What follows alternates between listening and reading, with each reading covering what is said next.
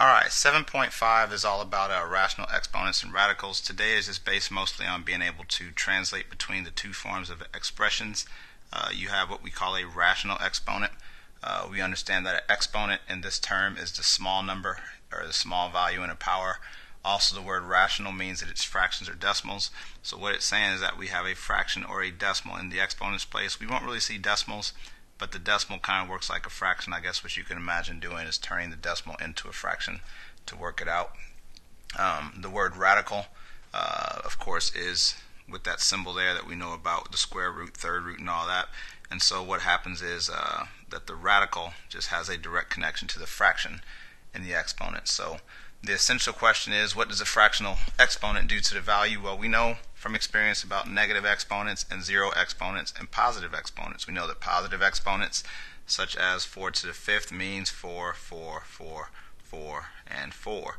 We know that 4 to the negative 5th means you want the 4 to be on the bottom to the 5th power. We know that 4 to the 0 means that you get the answer of 1. The question is, with all that, what do we do with a fraction? Well, a fractional exponent just converts the value into an nth root.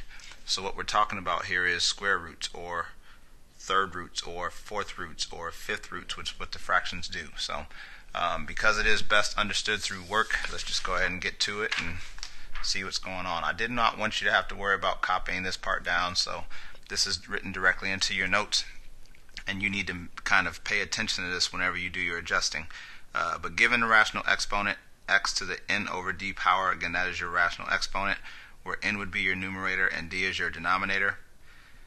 The proper radical translation is to take the decimal or the denominator value and put it in the root form.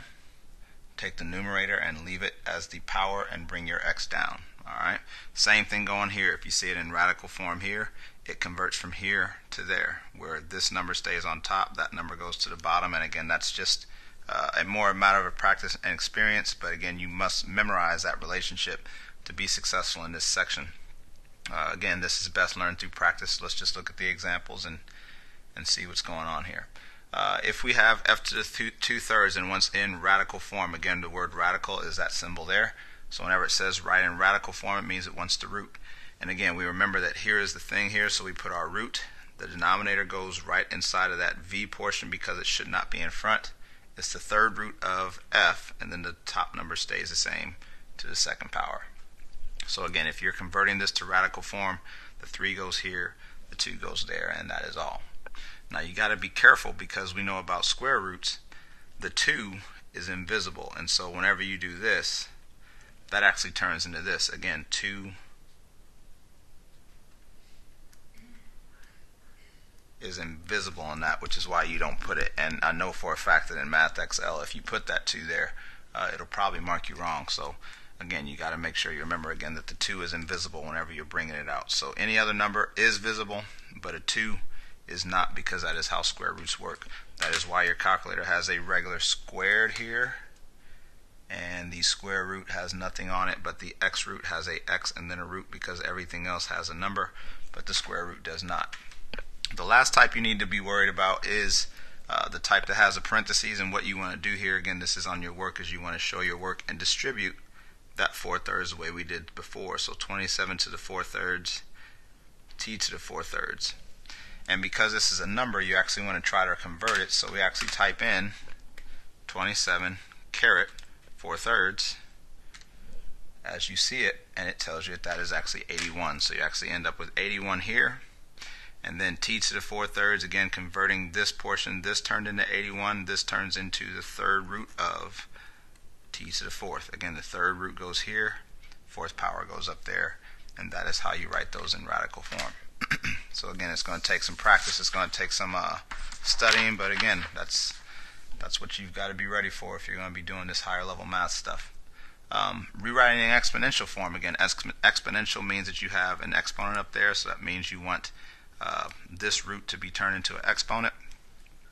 Again, in this problem here, there is a root, but don't forget that there's an invisible 2 up there, so what we end up with is b to the, again, that's always on top, so 5 over 2 is what it ends up being. Be careful not to write this, because it's not b and 5 halves. The 5 halves is an exponent, so make sure you lift it up whenever you write that. Again, here, same thing. You have fourth root of y to the third. So you actually bring down your y. And again, that stays on top. This moves to the bottom. So it's y to the 3/4 power is what that turns into. And again, in this situation, you've got to be careful because you have two things here that you need to convert. And so what we're going to do is put 32 to a power. But again, there's no power there, but you got to remember that there's an invisible 1. So this becomes 32 to the 1/5, h to the 8/5. And again, because that is a number, we need to try to see if we can reduce that. So 32 to the 1/5 is actually 2. And so this turns into 2h to the 8/5. Again, we wanted the exponential form, so that is the form that we leave it in. If it would have said it wanted radical form, then we would have wrote 2 times the 5th root of 8 and done that the way we did before. So again, make sure you have these notes. Make sure you take your time today and try to get used to this stuff and add it with all the other rules. Simplify here. Again, they want it in radical form, which means you need this version in the end.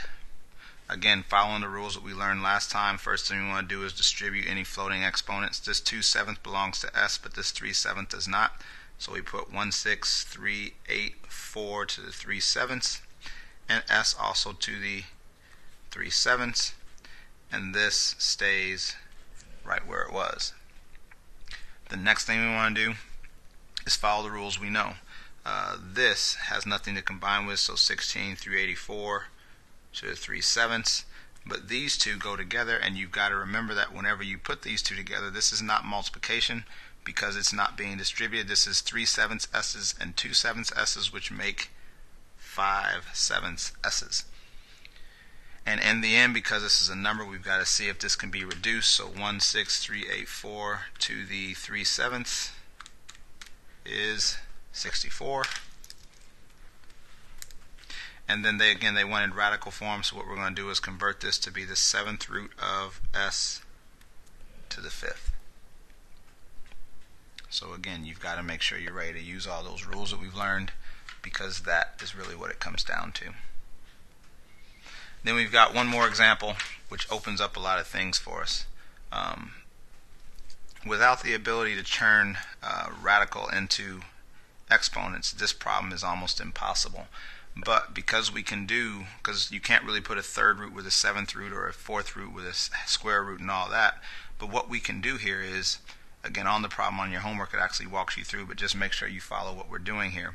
We can't put a third root with a 7th root, so what we're going to do here is we're going to go from radical form to exponential form and rewrite this as j to the 11 thirds times j to the 5/7.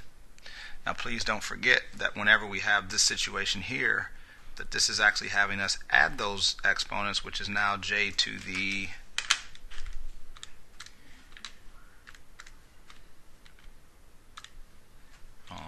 killing this thing. There we go. So 11 thirds plus 5/7 gets added together to make 92/21.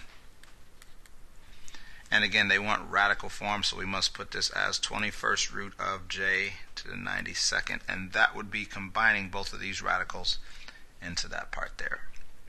So again, what you're looking at here, hopefully you can see the importance of the power properties that we've been learning.